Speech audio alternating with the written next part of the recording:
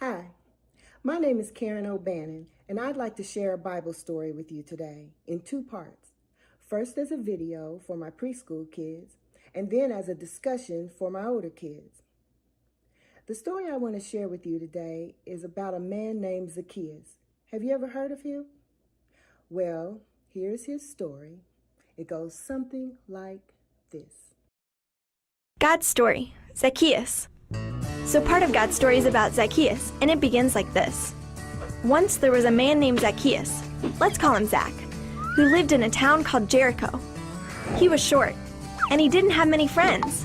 In fact, most people hated Zach. That's because he worked as a tax collector. See, back then people paid taxes just like now. But instead of sending money to the government, there were men in every city whose job was taking tax money from people. Problem is, those men usually lied. Zach, like most, took a lot of extra money from a lot of people, and all those people hated him. Anyway, one day Jesus came to Zach's town, and Zach wanted to see him, but so did everybody else. And remember how Zach was really short? Well, he couldn't see Jesus over everybody else's head. So guess what he did? He actually climbed up into a tree to look out over everybody. Now, imagine a grown man climbing up in a tree in the middle of a crowd. People probably thought he was crazy or weird. But Zach was willing to look weird if it meant getting closer to Jesus. From up in the tree, Zach watched as Jesus walked up. Jesus said, "Zacchaeus, hurry down. Today is my day to be a guest in your home." This was kind of like a famous person inviting themselves over, except way better. This invitation would change Zach's life. Zach scrambled down the tree to take Jesus to his house. Maybe he thought Jesus didn't know about all the money he had taken or how everybody hated him. But Jesus did know, and he loved Zach anyways. Other people saw this and they were mad. They said, "Jesus has gone into the house of a sinner." They wondered how Jesus could love somebody who had lied and stole their money. The great thing is, Jesus loves all of us, even after we've done things we deserve to get in trouble for, or even after we actually get in trouble. When we see that Jesus loves us anyway, it makes us want to show that kind of love to others. At least that's what happened to Zach. Right away, he wanted to make things right with the people he had hurt. He knew that just saying "I'm sorry" wasn't enough. So he told Jesus, "I'm going to give half of what I have to the poor, and anyone I cheated, I will pay back 4 times the amount of money I took." When Jesus saw that Zach was willing to accept his love and turn around and show it to others, he said, "My friend, today God has rescued you." And even though Zach had been a liar and a thief who was hated by everyone, he became a friend of Jesus and a part of God's family that very day. And that's the story of Zacchaeus.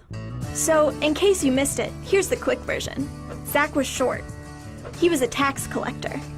He stole money. People hated him. Jesus came to town.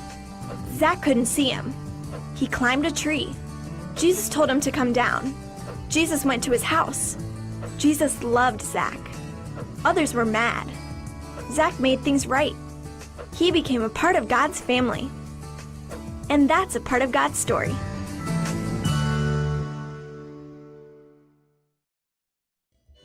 And we're back. Hope you enjoyed the video. Now we're going to have our discussion, which we'll divide into 4 parts. In the first part, we're going to talk about Zacchaeus. According to the Bible, Zacchaeus was a short man, which means he may have been just a little bit insecure. He was also a wealthy man. He was a tax collector, and not just any old tax collector. He was the chief tax collector, which meant that all the other tax collectors reported to him. Now, the tax collectors, they collected money for the Romans, and they also collected a little extra and put it in their pockets. That's how they got rich. And everybody knew it, and everybody hated him for it. So he didn't have any friends. That would make him short and insecure and lonely and mean. But I don't think he had a problem with it at the beginning, because he was getting what he wanted out of it, and people did what he said. So that was that. My question for you is, Do you think that there's a right way and a wrong way to go about things? If you said yes, I agree with you. Because the right way thinks about other people and tries to make the best decision possible. But the wrong way only thinks about self and what's good for the individual. So, yeah, there's a right way and a wrong way to do things. The next point I want to bring up is that Zacchaeus had an interest in knowing more about Jesus. Did you know that one of Jesus's closest friends happened to have been a tax collector? And I'm not talking about Zacchaeus. This guy's name was Matthew, and Matthew was one of the original 12 disciples. They were called apostles then, and they went around with Jesus, preaching the word, watching him perform miracles, learning from him. So I'm thinking that maybe, just maybe, and this is not in the Bible, but it could have been, that Matthew and Zacchaeus knew each other. And the reason I say that is because, remember, Zacchaeus was a chief tax collector, and the other tax collectors reported to him. So maybe Matthew knew who Zacchaeus was, even if they weren't great friends.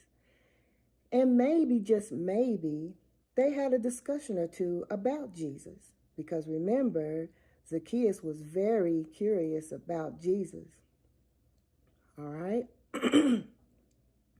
And maybe, just maybe, Zacchaeus was noticing something different about Matthew, that he had changed a little bit since he had been hanging around with Jesus. And maybe, just maybe, he was ready for a change too. Those are things that we don't know for sure, but we infer, you know about inferism, right? Based on the information that we know. But even so, we know for a fact that Zacchaeus had heard things about Jesus, and that made him curious, and he wanted to get to know Jesus better. So when he heard that Jesus was coming to town, it's no wonder that he scrambled to try to see him. I think I would too. Jesus is a pretty cool guy. So he's waiting at the gate for Jesus, and so happens everybody else wants to see Jesus too. So he runs up ahead and climbs into a sycamore tree so he can get a better view. Remember, he's short. Okay, so that brings me to our third thing. Well, first of all, let me ask you this question. Do you think that people change because you want them to change? Or do you think they change when they're ready to change? If you said that people change when they're ready to change, I agree with you. You can't make people change. People change when they want to change. Even if they do try, they might be someone else for a little while, but sooner or later, their old self is going to come right back until they decide that it's what they want to do. So, if it's not in their heart to change, guess what? They're not going to change. All right, now, moving on. Zacchaeus got noticed. He was up in the tree, remember? And Jesus comes walking by. And of course, Jesus is Jesus. He knew Zacchaeus was in the tree. Probably saw him climb up there. And he hollers, "Hey, Zacchaeus, come down here. I need to see you. I want to talk to you for a minute." Isn't that cool? And Zacchaeus comes down.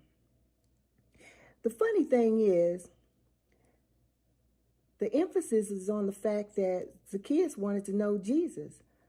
But it seems like Jesus had an interest in him too. Jesus is the one who initiated the conversation with Zacchaeus and got him to come down out of the tree. And it was Jesus who invited himself to Zacchaeus' house. He said, "Hey, let's break bread together at your house and fellowship a little while, shall we?" And I'm sure that was something brand new for Zacchaeus. He probably wasn't used to people saying, "I want to come to your house and hang out." Remember, they hated him. So he was very happy to oblige. So here's another question for you. How do you feel when someone that you really likes you back and they want to be your friend just like you want to be their friend? You said pretty great. I agree with you. It's an awesome feeling when you like somebody and they like you too. And even though Zacchaeus had done all these terrible things, Jesus, the Son of God,